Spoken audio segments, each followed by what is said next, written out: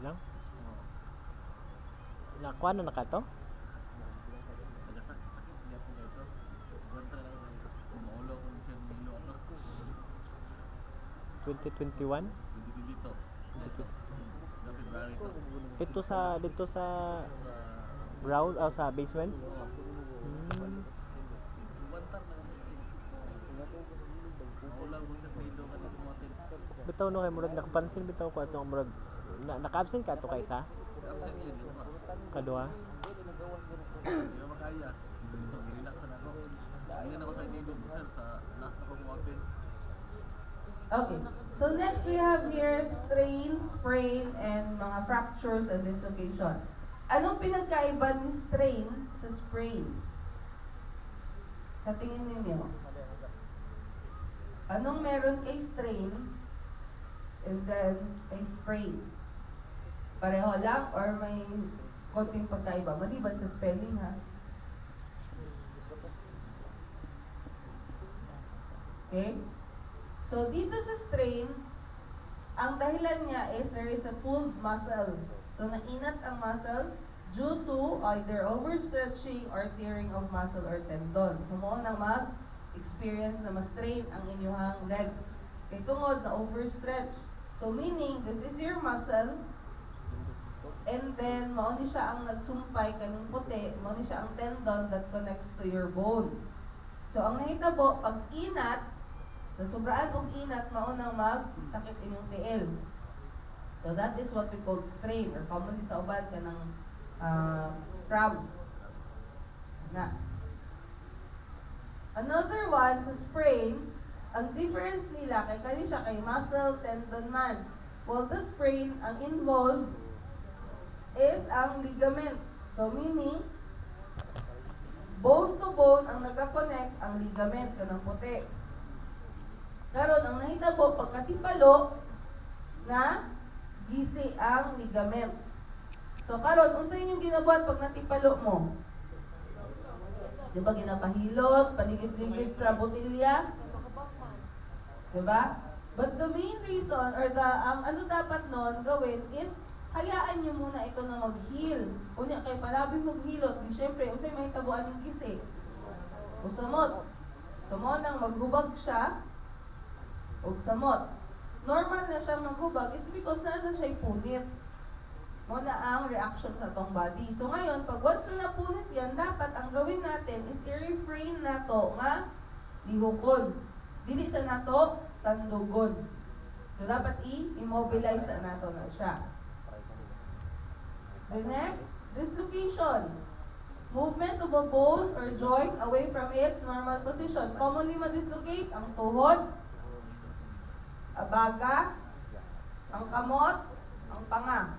Those are the common area na pwedeng mag-dislocate. Another one is ang fracture. So, pwedeng close or pwedeng open fracture. So, automatic, pag sinabing close, walay bukog na gawas, pero klaro kaayo nga naghiwi ang kamot. Open fracture, na ay bukog na nagsiwil, and at the same time, na ay dugo. So, all these things, mapa-strain, sprain, dislocation, or fracture, commonly, ang experience sa patient, syempre, na ay ngulngol. May sakit. Significantly, pwedeng na ay pasa, bunog, or mo na yung ginayang naghubag, maghubog. Significant deformity, syempre na letter S ang paa, ang kamot, or unsa man, depende sa area. Inability to move, bone fragment, may bukog na nagsiwil. Grating sensation, pwedeng nagabangga-bangga sa sulod. Or you could experience, pwedeng mamugnaw, numbness, nagamanhid, tingling sensation sa injured area, lower extremities or kamot. And when the cause of injury suggests, pwedeng mas lala pa na siya, mas mag-worsen pa na. So unsa ang pwede ninyo buhaton if maka-encounter mo of dislocation, fracture, strain, or sprain? So ano yung pag-manage na? Butangan og splints or katong laki-laki nga tawag nila sa uban. What about the others? Itong arm sling. Okay, before that, Unsa pa ang pinakauna ninyo nga buhaton? To provide or to alleviate ang pain. Kay magreklamo man gid siya, sakit gid kaayo, sakit. Unsa ang inyong dapat buhaton para mawala ang kasakit? You do cold compress or what we call rice. Tagaan mo siya o cold compress. So una-una ipapahulay dili na ilihok-lihok. Immobilize mo to yung ginaingon, butang kahoy or butang arm sling or support. Ikatulo, gamitan ninyo og cold compress, and syempre you have to elevate the injured part kay para dili siya mulmul or sakit. So eto lang yung management na pwede natin gawin. Aside from that, kung mag-worse gid na siya, advice na to, pa-hospital na lang gid na siya, pa-x-ray ba na siya or unsa man, kay para mas makita unsa ang dapat buhaton. Maliban na lang sa katong mga nagabatik aray tiis sa mga joints nato, normal na. Sa wrist na niya ang nagubag. Kada adlaw nagubag nung Adlaw. Basta tayo pinatabo. Nabigil lang na siya gahapon or sa labor, sir. Diliman. Dili na siya tayo sa Dili po ta kayo. Joints mo ba usually? Pero kung dawat na ni sir na sa kaidaran mo na siya.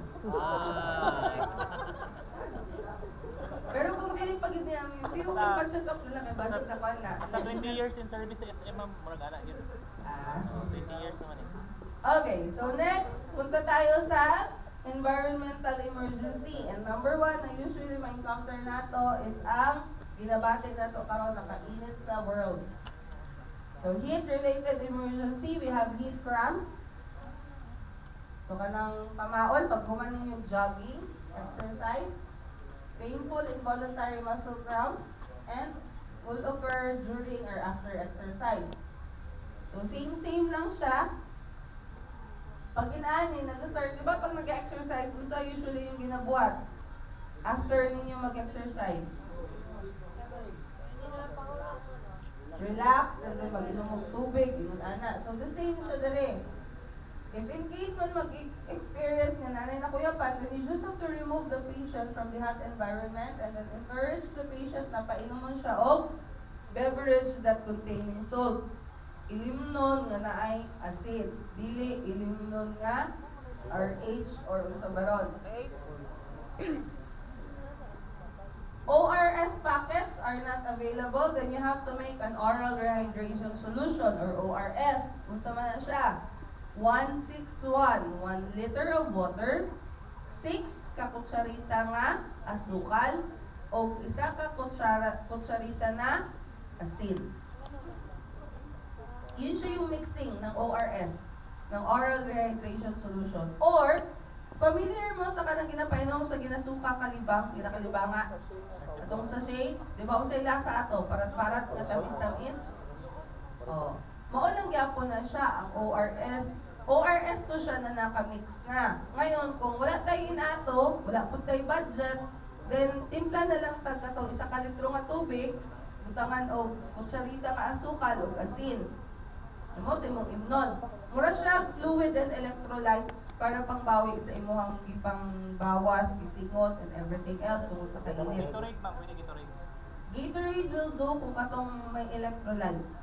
Others na pwedeng inumin katong Pocari Sweat. O yun, pwede din yun siya. One thing, so eto siya yung pansinin niyo. Para sa mild pa lang na or katong muscle cramps pa lang. If kanan siya gipasagda nato kay tungod naanad nata sa kainit sa world sa Johnson, then pwedeng yung mahitabo is heat exhaustion. This is already a milder form na sa heat-related emergency that pwedeng ma-develop tungod sa kadugay ng mga balat sa init. Diba usay pag mugawas ta, grabe ang kainit, pag ulit mo, mura kag na, gikapoy ka nga, wala ka kasabot, as in drain kayo ka. Kung nakasagaran tao, ang tambay na diri sa mall. Para mas bugnaw-bugnaw. So this may also be a result due to inadequate fluid intake. Wala siya naga-hydrate, naga-inom ng tubig, or insufficient ang replacement of fluid. So, unsa usually ginabantayan nato para maingon nato nga dehydrated